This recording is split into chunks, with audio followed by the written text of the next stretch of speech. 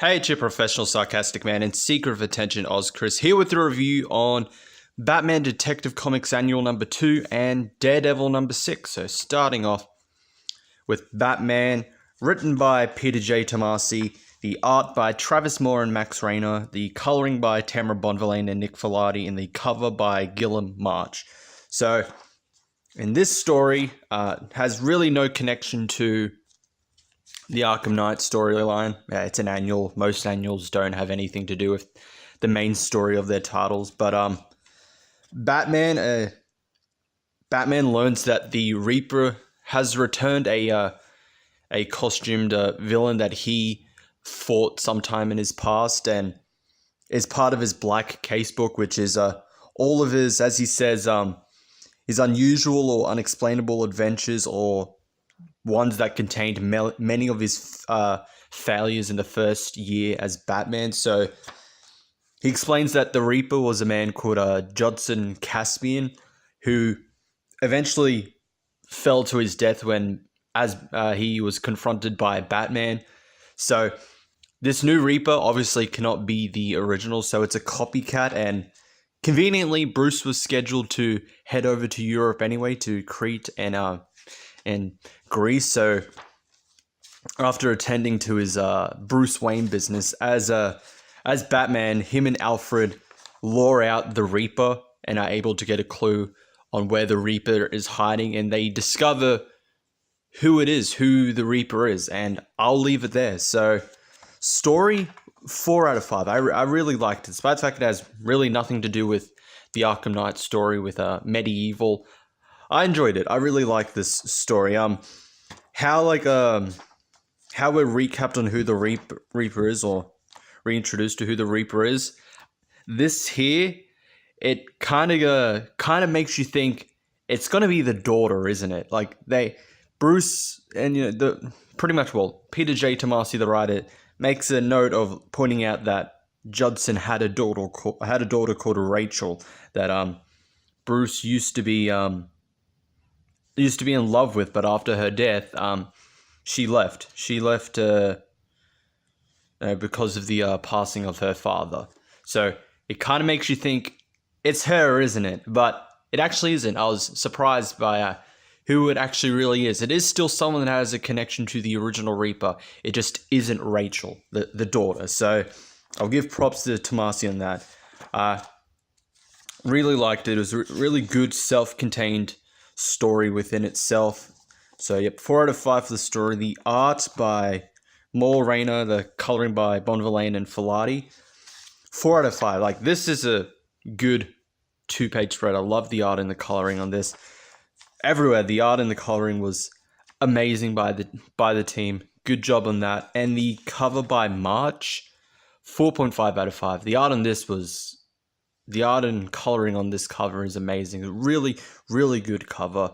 So a good annual. Had nothing to do with the main story, but it's good. So, good story. Really good story. So on to Daredevil. Issue number 6. This is the start of a new storyline. No devils, only God. Part 1. So written by Chip Zdarsky, and we have a new artist and colorist on this. We have Lalit Kumar Sharma, who's the artist, and we have Java Tartaglia as the colorist, and the cover is by Julian Totino Tedesco. So Daredevil is no longer Daredevil. He's given up.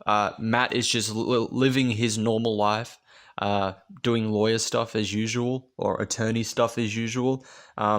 Cole, the new detective, is getting a lot of heat from his fellow officers who are very pro-Daredevil, pro-vigilante, because of all the work they've done for the city, saving many lives, stopping all these threats. They're not particularly happy with Cole, who is very anti-vigilante, wants to put a stop to them, believes they are above the law, etc. So there's a lot of tension with Cole and his work.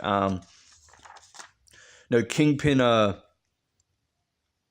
training with prisoners he's had briefly let go just so they could be part of his training exercises, and he almost goes over over the limit, almost kills one of them, but is stopped by his by Wesley, his assistant. And basically Matt going about his normal day without having to be Daredevil. So story, I'm gonna give it. I'll give it a 3. This was average, but disappointing considering how great the first 5 issues of Zdarsky's Daredevil was. Getting an issue like this is disappointing. It was very plain, very average. The stuff with Cole, the detective, was probably some of the good parts in this. It was actually interesting. He's out for Daredevil. Everyone pretty much in the precinct is out for him. They do not like his approach to vigilantes, especially those that save the city and actually help people. So that part is interesting. A little bit with Kingpin as well. That was a little interesting as well. But Daredevil himself, the main character, his parts were boring, to be honest. I found it to be not interesting at all. So this kind of disappointing considering how great the first 5 issues were. The art and coloring by the new team, 3.5 out of 5. It was good. It's good art and coloring. I much preferred the previous team because their art was just phenomenal. But not bad. It's good. It's good art.